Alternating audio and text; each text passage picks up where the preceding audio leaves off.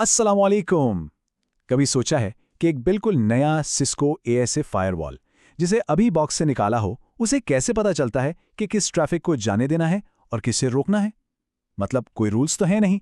चलिए आज हम इसी सादा सी लेकिन बहुत ताकतवर डिफ़ॉल्ट मंतिक को समझेंगे।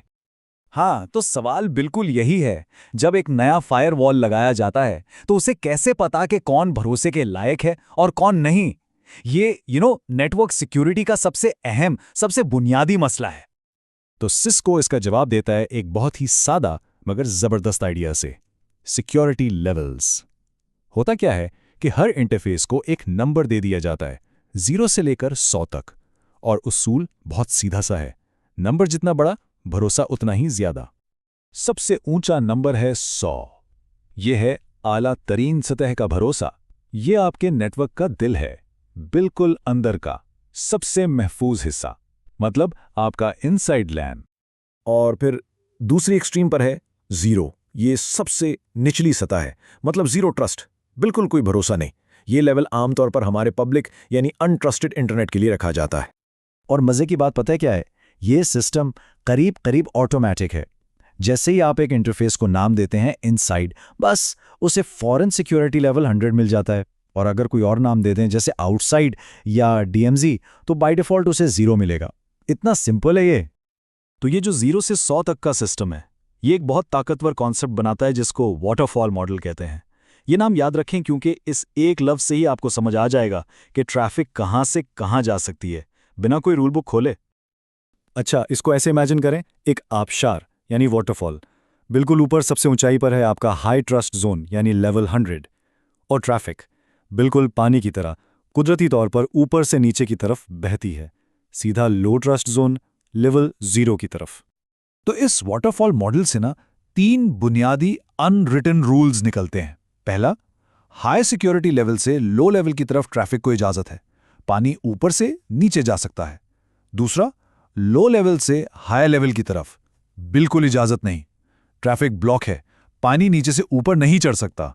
और तीसरा, और ये बहुत अहम है जिसे लोग अक्सर नजरअंदाज कर देते हैं, सेम लेवल यानी बराबर के लेवल्स के दरमियान भी ट्रैफिक बाय डिफॉल्ट ब्लॉक होती है। चलें, इसको एक मिसाल से देखते हैं। मान लें आपका अंदर का नेटवर्क यानी लैन लेवल 100 पर है। वो इंटरनेट तक जा सकता है जो लेवल 0 पर है, ठीक है, क्योंकि ये डाउनहिल फ्लो है। लेकिन इंटरनेट से कोई कनेक्शन आपके लैन तक नहीं आ सकता, ये अपहिल है, तो डिनाइड। बिल्कुल इसी तरह अगर आपका डीएमजी, ये वो जोन होता है जहां पब्लिक सर्वर्स होते हैं, वो लेवल 50 पर है, तो वो भी ऊपर की तरफ यानी आपके लेवल 100 वाले लैन तक नहीं पहुंच सकता, ब्लॉक्ड।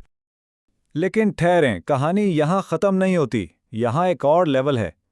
एएसए सिर्फ एक दरवाज़ा नहीं है कि बस ट्रैफिक को आने जाने दे। नहीं, ये एक अक्लमंद गार्ड की तरह है जो हर आने जाने वाली चीज़ का मुआयना करता है।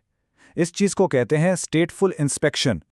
और इसी स्टेटफुल इंस्पेक्शन की वजह से एक अजीब चीज़ होती है। टीसीपी और यूडीपी ट्रैफिक तो आराम से चलती है, लेकिन पिंग यानी आईसीएमपी फेल हो जाता है। ऐसा क्यों? क्योंकि एएसए टीसीपी और यूडीपी कनेक्शंस को याद रखता है। वो कहता है, अच्छा ये कनेक्शन अंदर से शुरू हुआ था तो इसका जवाब वापस आ सकता है। लेकिन बाय डिफ़ॉल्ट वो आईसीएमपी को याद नहीं रखता। तो जब पिंग बाहर जाता है तो उसका जो रिप्लाई वापस आता है ना, फायरवॉल इसे एक नया अनट्रस्टेड कनेक्शन समझता है जो बाहर से अंदर आ रहा है और बूम, ब्लॉक कर देता है। ओके, तो अब एक और दिलचस्प सिनेरियो देखते हैं। फर्ज करें आपके 2 अलग अलग डिपार्टमेंट्स हैं और सिक्योरिटी के हिसाब से दोनों पर बराबर का भरोसा है। तो आपने दोनों के इंटरफेसेस को सिक्योरिटी लेवल 50 दे दिया। सवाल यह है, क्या ये दोनों आपस में कम्युनिकेट कर सकते हैं? याद है हमारा तीसरा रूल? बाय डिफ़ॉल्ट इसका जवाब है बिल्कुल नहीं। सेम सिक्योरिटी लेवल के दरमियान ट्रैफिक ब्लॉक होती है।